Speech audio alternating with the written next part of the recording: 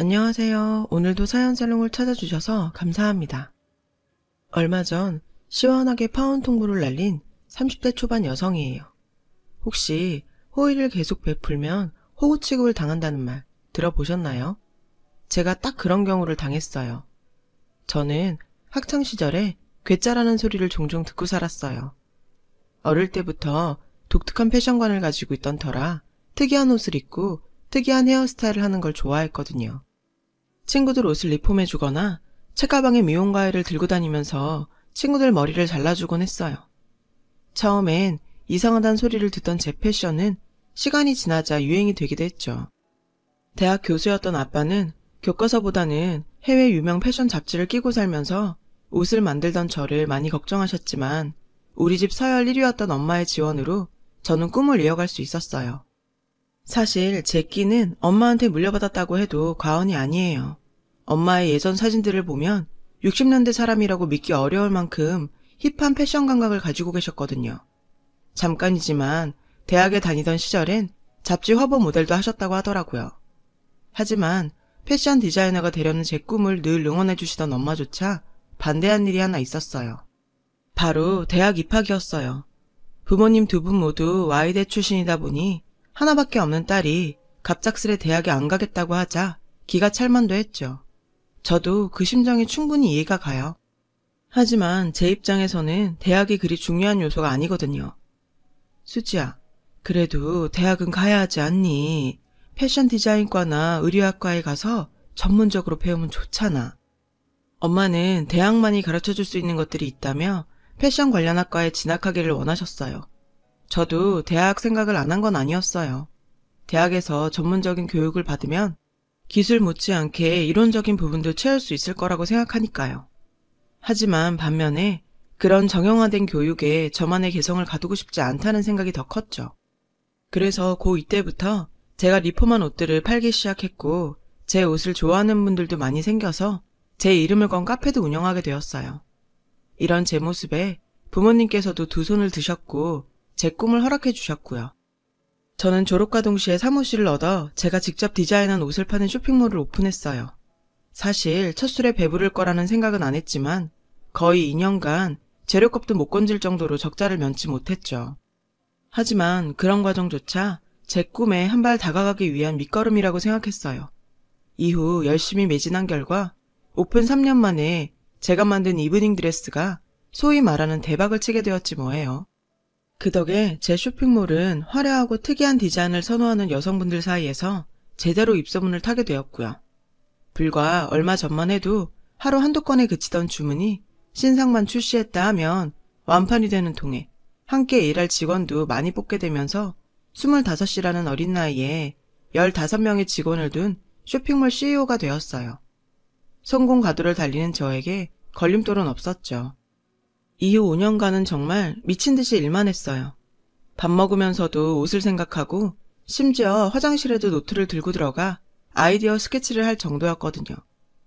저는 20대 내내 패션에 미쳐 있었고 패션 위크 참석차 출장 가는 걸 제외하면 개인적으로 여행 한번 못 가보고 제대로 된 연애 한번 못하며 30대를 맞이하게 되었어요.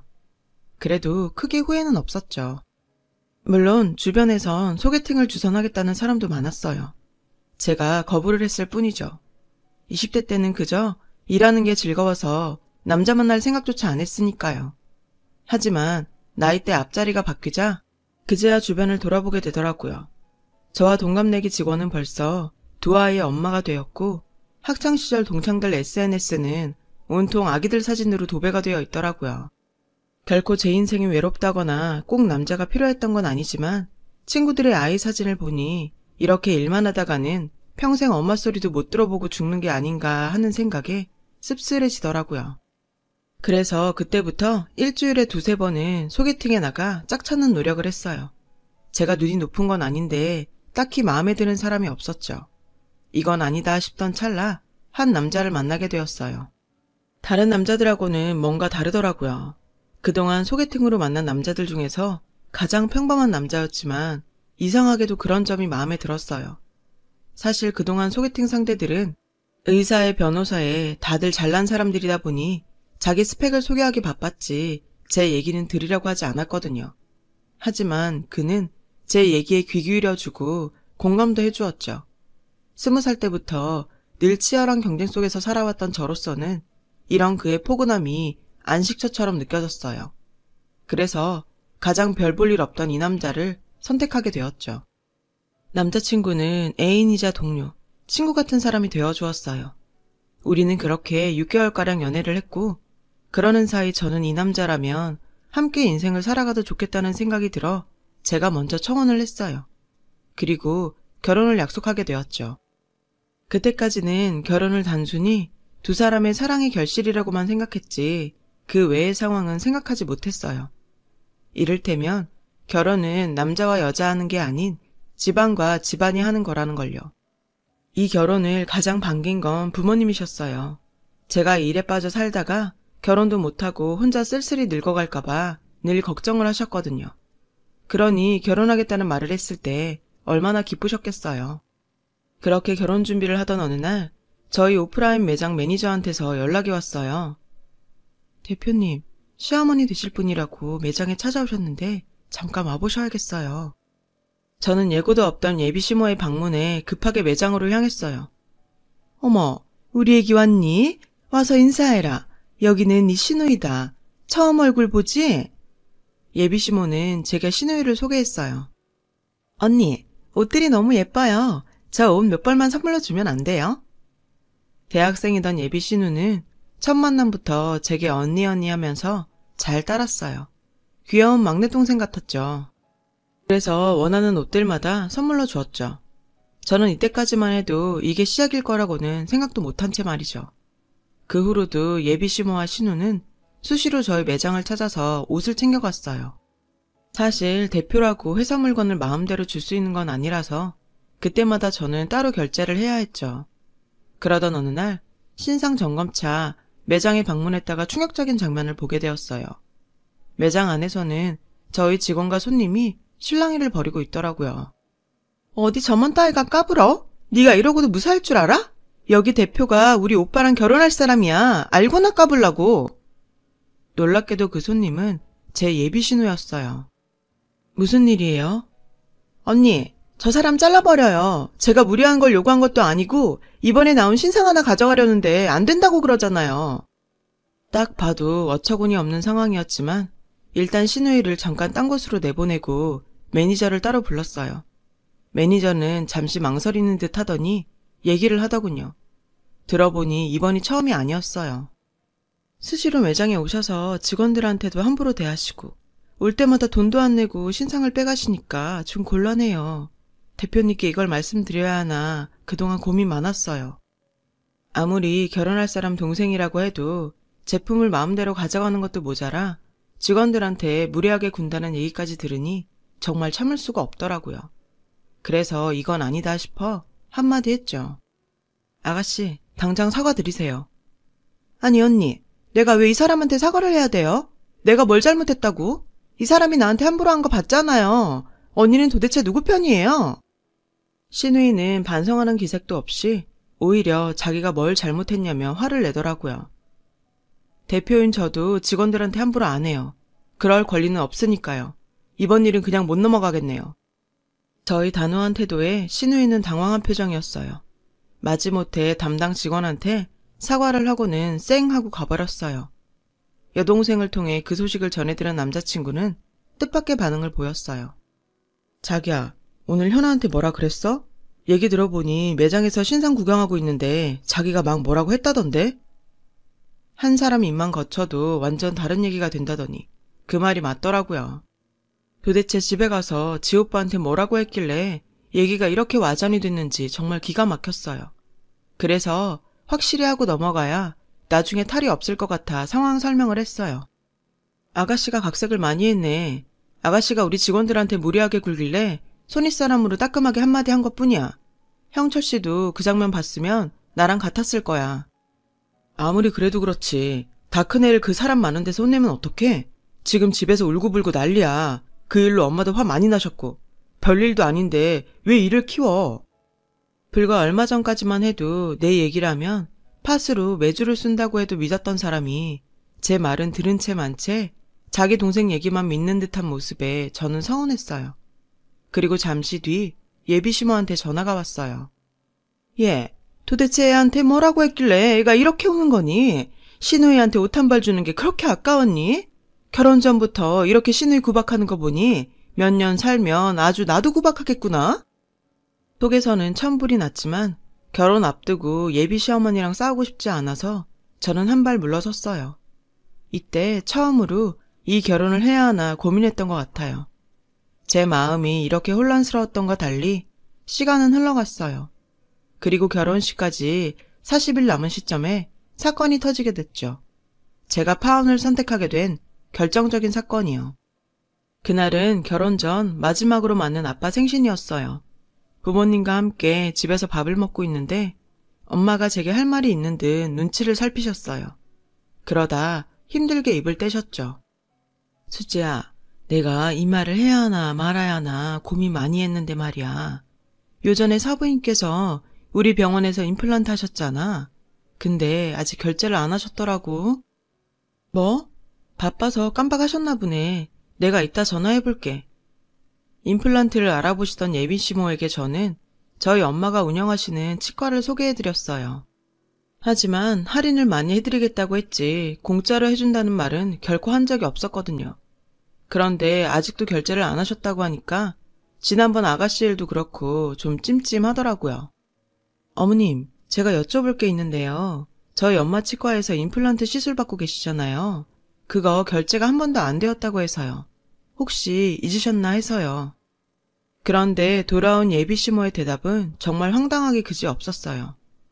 어머, 네가 사돈이 하는 치과라고 소개해 주길래 공짜로 해주는 줄 알았지. 그걸 돈 받을 생각이었니? 참나, 부자가 더 한다고 하더니 그게 몇 푼이나 된다고 돈 받겠다고 그러니? 순간 너무 화가 나서 한마디 하려는데 옆에 있던 엄마가 제 손을 잡으시며 저를 말리셨어요. 됐다, 그만해. 사돈이 오해하셨나 보네. 그냥 선물로 해드린 걸로 치지 뭐. 엄마는 괜찮다며 저를 달래셨지만 저는 이건 아니다 싶었어요. 정말 해도 너무하잖아요. 그래요, 임플란트 해드릴 수 있어요. 하지만 저한테 상의는 제대로 하셨어야 하는 거 아닌가요? 시누이는 제 매장에 와서 마음대로 옷을 집어가지 않나. 시어머니는 제 엄마 치과에서 공짜로 이빨을 하지 않나. 누가 보면 제가 엄청 모자라서 돈 처발라 결혼하는 줄 알겠더라니까요. 전 더는 참고 있을 수가 없어서 그 길로 예비시댁으로 갔어요. 예비시모는 조금 전까지 저랑 안 좋게 통화를 하고서도 아무 일 없던 것처럼 저를 보자 반갑게 말을 거셨어요. 잘 왔다. 안 그래도 혼수 문제 때문에 널 한번 부를까 했는데 마침 잘 왔어. 사부인도 바쁘실 텐데 혼수 준비하느라 얼마나 신경이 쓰이시겠니? 그래서 약소하게나마 적어봤다. 예비시모는 A4 용지 가득 빽빽하게 적힌 예단 목록을 저에게 내밀었어요. 거기 적힌 내용을 보니 정말 어처구니가 없더군요. 에르메스에 샤넬에 이건 뭐 예단 목록이 아니라 명품 컬렉션을 적어놓은 것 같더라고요. 이걸 약소하다고 하는 꼴을 보니 정말 웃음밖에 안 나왔어요. 이어진 예비시모의 말은 간신히 잡고 있던 제 이성의 끈을 완전히 끊어놨죠. 아참, 네가 살고 있는 그 강남 아파트 우리 형철이랑 공동명의로 하면 어떠니? 그래도 가장인데 면이 서야 하지 않겠어? 예비시모의 요구를 듣는 순간 머리가 띵해지더라고요. 이건 결혼하는 게 아니라 마치 제가 돈다발 싸들고 결혼을 구걸하는 것처럼 느껴져서 도저히 참을 수가 없었어요. 진짜 듣자 하니 역겨워서 도저히 못 참겠네. 어머님은 제가 이렇게까지 하면서 결혼할 호구로 보이세요? 어머, 너 지금 이게 무슨 태도니? 그럼 파혼이라도 하겠다는 거니? 말해봐. 그런 거냐고. 제 반응에 예비시모는 당황했는지 눈가가 파르르 떨렸어요. 그때였죠. 회사에서 야근한다고 저희 아빠 생신에도 참석 못한다던 남자친구가 문을 열고 튀어나왔어요. 자기야, 무슨 말이야 그게. 겨우 이런 일 가지고 파혼이라니. 야근한다더니 집에 있었냐? 그리고 겨우 이런 일? 내가 혼수 문제만 가지고 이러는 것 같아? 그게 아니라 사실은 내가 좀 피곤해서. 남자친구는 거짓말한 게 딱 걸리자 말을 얼머부렸어요. 니네 엄마랑 동생이 우리 매장 와서 맨날 옷 가져가는 거 알아 몰라? 그래도 시댁식구니 이해하려고 했어. 근데 어떻게 예비 사돈병원에서 임플란트 한 돈도 안 낼 생각을 해? 그 말에 예비 시모는 저를 째려보더니 황당하다는 듯 말했는데요. 아까 내가 말하지 않았니? 난 네가 가보라고 해서 간 것뿐이다.